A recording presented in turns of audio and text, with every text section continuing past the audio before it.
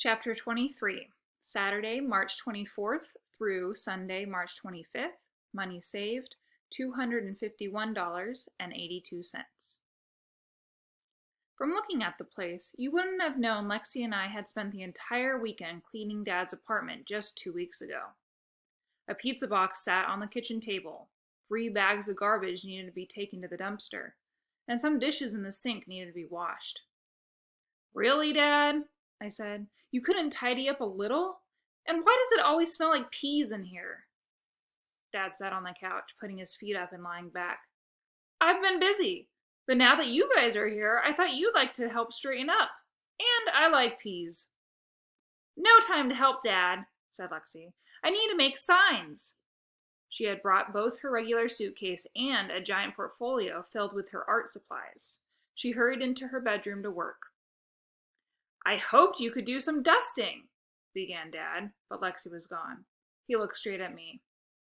"Sorry, I've got a dog walking appointment in 20 minutes, I explained, dragging my suitcase to my room. "You guys can't help a little?" squeaked Dad in a small, desperate voice. "Sorry," I said. "Sorry," hollered Lexi from her room. "I could still change my mind," yelled Dad. "Maybe I don't think a pet is a good idea." "Too late, Pops," I replied. "That ship has sailed."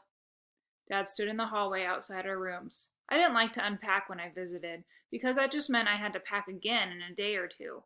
So I threw my suitcase in the corner. I've made some fun plans for us," said Dad. "I thought we could see a movie."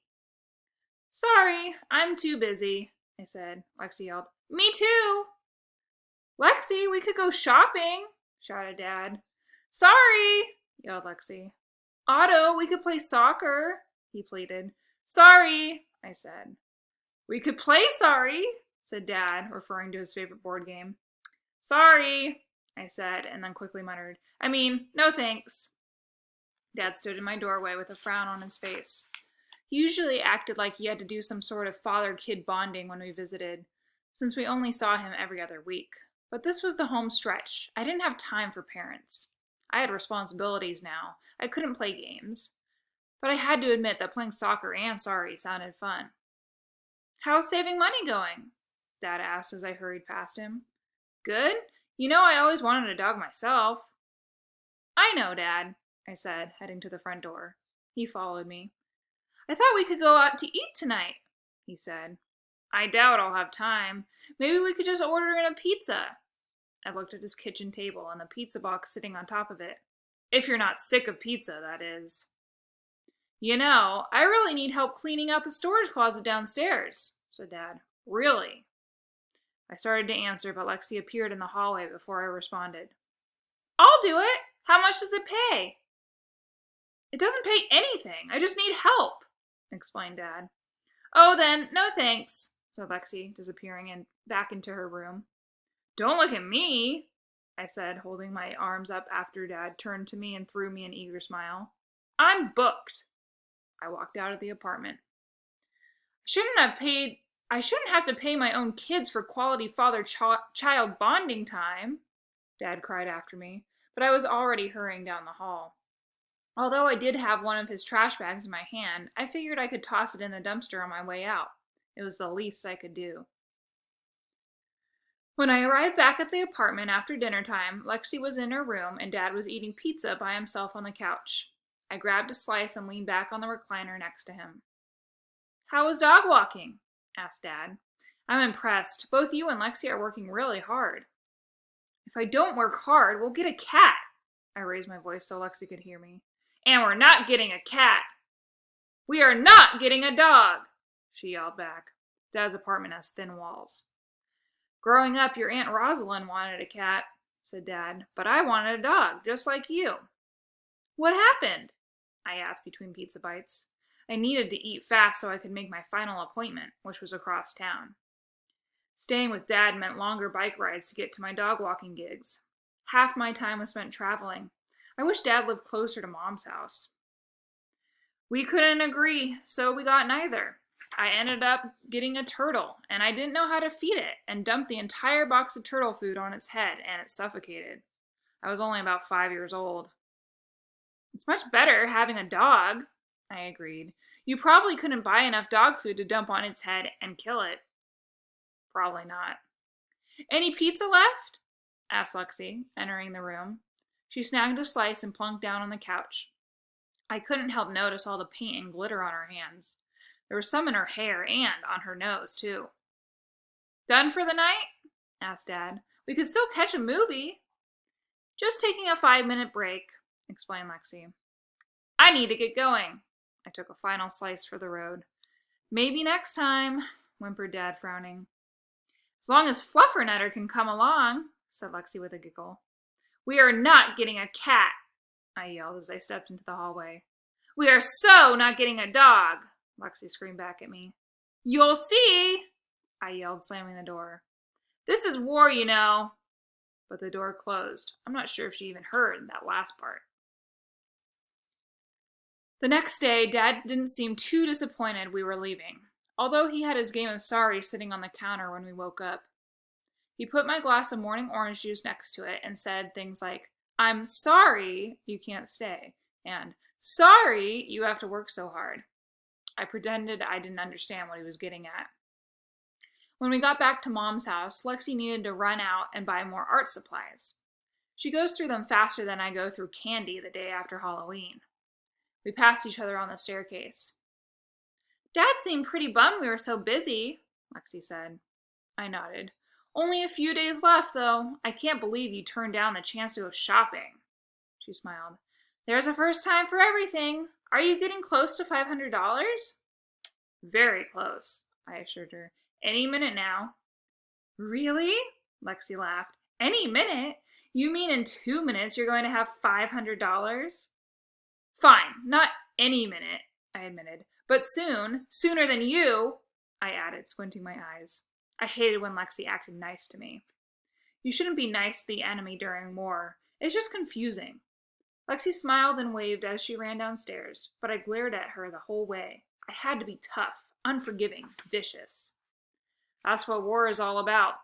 I thought of horrible things I could do to her. Cut off her hair, paint her face green, duct tape her to the ceiling, steal her bed. None of those ideas were good enough, though, after all. I owed Lexi a lifetime of payback for being annoyingly perfect all the time. Winning this challenge and owning a dog would be the perfect revenge. In her hurry to get supplies, Lexi left her bedroom door open. As I entered the second-floor hallway, I saw it. Just a crack, a streak of light shining from a window and onto the carpet by my feet. I hesitated in front of it. She was gone. Mom was downstairs.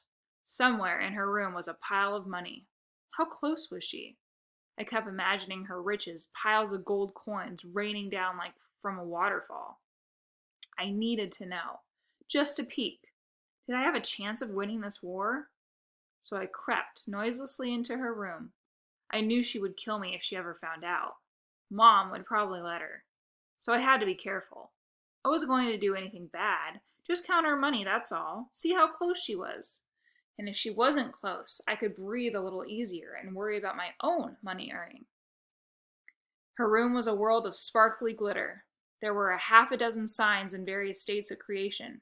Partly done, half done, mostly done, all done. One of the boards said, "Get your food at Schnood's," but I couldn't bear to read the others. I seethed. First, Mr. Schnood fired me, and then he hired the competition. I put him up on top of my revenge list after Lexi. Maybe I'd go to his store and topple over another pyramid of cans. That would show him. I was pretty sure I knew where Lexi hid her money, in a jewelry box in the bottom drawer of her nightstand. She had showed me her cash supply when I was 6 years old. You should be careful what you show people. It can come back and haunt you later. I pulled open the nightstand drawer. The jewelry box was sitting inside, with its painted pink princesses and unicorn stickers. I lifted the box, put it on her bed, and opened it. Money. A big stack of it. And not just $1 bills, but 5s and 10s, and even a couple of 20s. I dumped it on the bed and had just started to count when I heard the front door close downstairs. Lexi. She was back. I recognized her footsteps immediately. She must have forgotten something. But she would never forget me sneaking in her room. I threw the money back in the jewelry box, slammed it closed, and stuffed it back in her drawer. My heart pounded. As I turned to sprint out of the room, I saw a $20 bill on the bed. I didn't have time to put it back in the box, and I couldn't just leave it there as evidence, so I seized it. I stepped into the hall and stuffed the bill in my front pocket, just as Lexi walked up the final staircase. "Were you in my room?" she asked, narrowing her eyes. "If I had been in your room, I'd be covered in grossness. So, no." "You're already covered in grossness." "That's from talking to you." She rolled her eyes. I went down the stairs. From my pocket, the $20 bill stuck out. I stared at it. I could use the money. I needed every dollar I could get my hands on. This wasn't stealing either. Not really. Lexi owed me for making my life miserable. She should pay me hundreds of dollars and not just a small 20. A lifetime of misery was worth lots more than this. So why did I feel so guilty putting it in my shoebox later that night? Our next chapter is chapter 24, Monday, March 26th. Money saved $298.32.